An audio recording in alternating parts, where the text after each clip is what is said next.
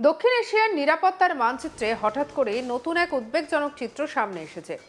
Bangladesh air defence ফোর্সের ভিতরে জঙ্গি সংগঠনের সম্ভাব্য একটা যোগাযোগ। আর এই অভিযোগ শুধু একটি দেশের সামরিক কাঠামোর প্রশ্ন নয়, বরং গোটা অঞ্চলের নিরাপত্তা ব্যবস্থাকে নতুন করে ভাবতে বাধ্য করছে।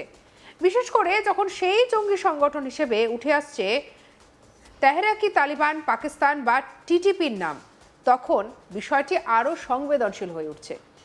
এই ঘটনার সূত্রপাত একটি নিখোঁজ ওয়ারেন্ট অফিসারকে ঘিরে। চট্টগ্রামের একটি গুরুত্বপূর্ণ বিমান ঘাঁটি থেকে তিনি হঠাৎ করেই নিখোঁজ হয়ে যান। প্রায় 2 মাস পর জানা যায় যে তিনি পাকিস্তানের খাইবার পাখতুনখোয়া অঞ্চলে একটি টিটিপি ঘাঁটিতে ধরা পড়েছেন। আর এই তথ্য সামনে আসতেই শুরু হয় একের পর এক তদন্ত, গ্রেপ্তার এবং আভ্যন্তরীণ নিরাপত্তা পর্যালোচনা। চট্টগ্রামের বিএএফ বেস জাহরুল হক থেকে ওই অফিসারের অনুপস্থিতি প্রথমে প্রশাসনিক বিষয় হিসেবেই দেখা হয়েছিল, কিন্তু সময় গড়ানোর সঙ্গে সঙ্গে তা নিয়ে সন্দেহ বাড়তে থাকে। পরে যখন জানা যায় যে তিনি টিটিপির সঙ্গে যুক্ত একটি ঘাঁটিতে রয়েছেন, তখন বিষয়টি আর সাধারণ অনুপস্থিতির মধ্যে সীমাবদ্ধ থাকেনি। তদন্তে উঠে আসে তিনি শুধু নিজে জড়িত নন, বরং আরও কিছু এয়ারফোর্স কর্মীর সঙ্গে তার যোগাযোগ ছিল।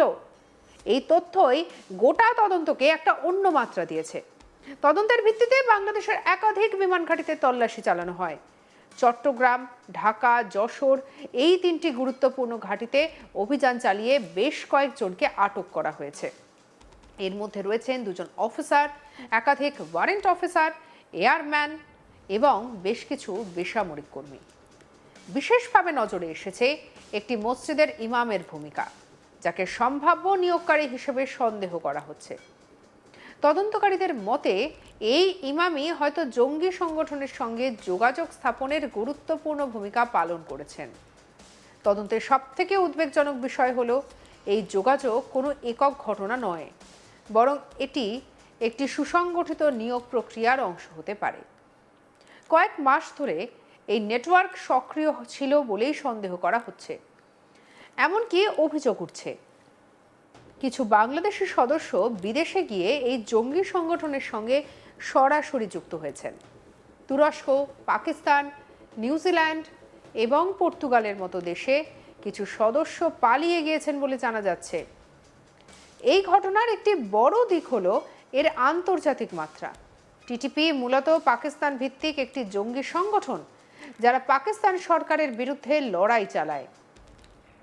কিন্তু তাদের প্রভাব সীমান্ত পেরিয়ে অন্য কোনো দেশে ছড়িয়ে পড়ছে, এই ঘটনা তারই প্রমাণ।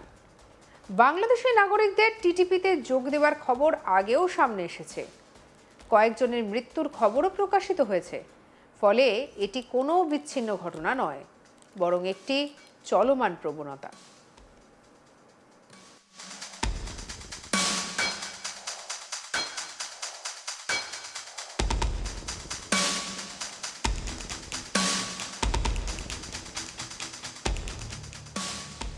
এই পুরো ঘটনায় একটি বিষয় বিশেষভাবে লক্ষণীয়। সরকারি বুথে খুব কম তথ্য প্রকাশ করা হয়েছে।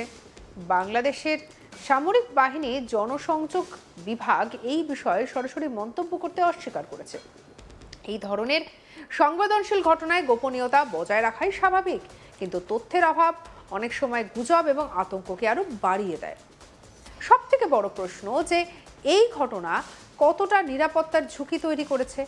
যদি সত্যিই সামরিক বাহিনীর ভেতরে জঙ্গি যোগাযোগ থাকে, তাহলে তা অত্যন্ত গুরুতর একটি বিষয়, কারণ এতে সংবেদনশীল তথ্য ফাঁস হওয়ার সম্ভাবনা থাকে। এছাড়া সামরিক সরঞ্জাম ঘাঁটি এবং কৌশলগত পরিকল্পনাও ঝুঁকির মধ্যে পড়তে পারে। তদন্তে আরও একটি চাঞ্চল্যকর তথ্য উঠে এসেছে। কক্সবাজারের উখিয়া এলাকায় একটি প্রশিক্ষণ শিবির তৈরি করার চেষ্টা হচ্ছিল বলেই সন্দেহ।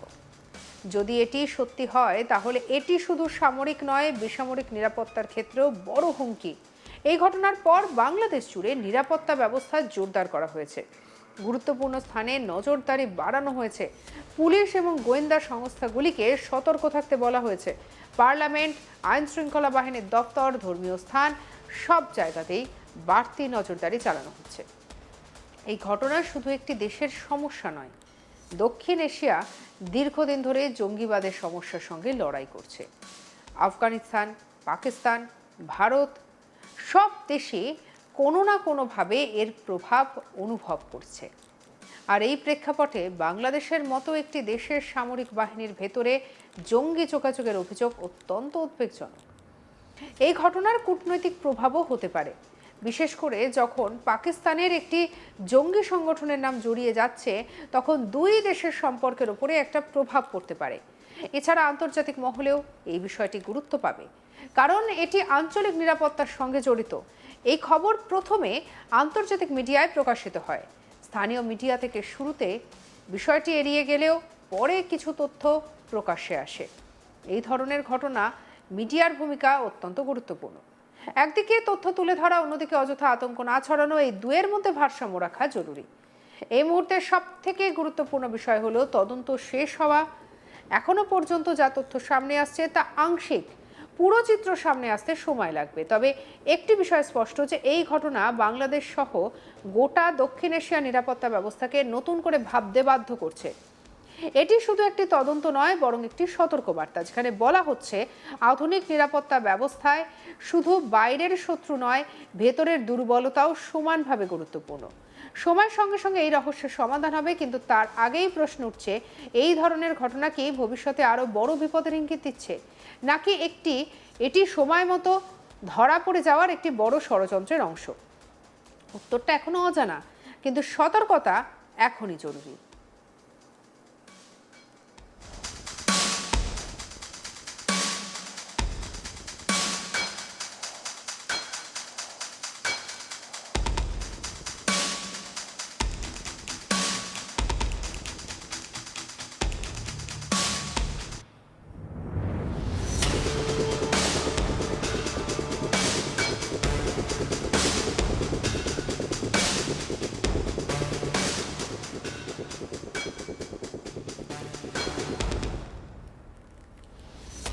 দক্ষিণ এশিয়া নিরাপত্তা মানচিত্রে হঠাৎ করে নতুন উদ্বেগজনক পরিস্থিতি, আর তার মধ্যে বাংলাদেশ এয়ারফোর্সের ভিতরে জঙ্গি সংগঠনের সম্ভাব্য যোগাযোগ। এই অভিযোগ শুধু একটি দেশের সামরিক অবকাঠামোর প্রশ্ন নয়, বরং গোটা অঞ্চলের নিরাপত্তা ব্যবস্থাকে নতুন করে ভাবতে বাধ্য করছে।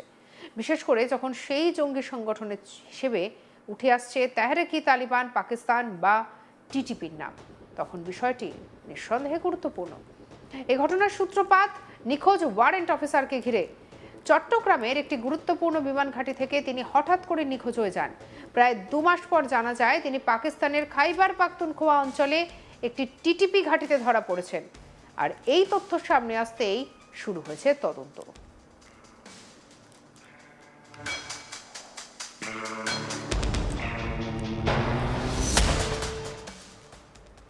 আপনার মতামত কি জানাতে পারেন কমেন্ট সেকশনে। সাবস্ক্রাইব করুন আজ তাক বাংলাকে।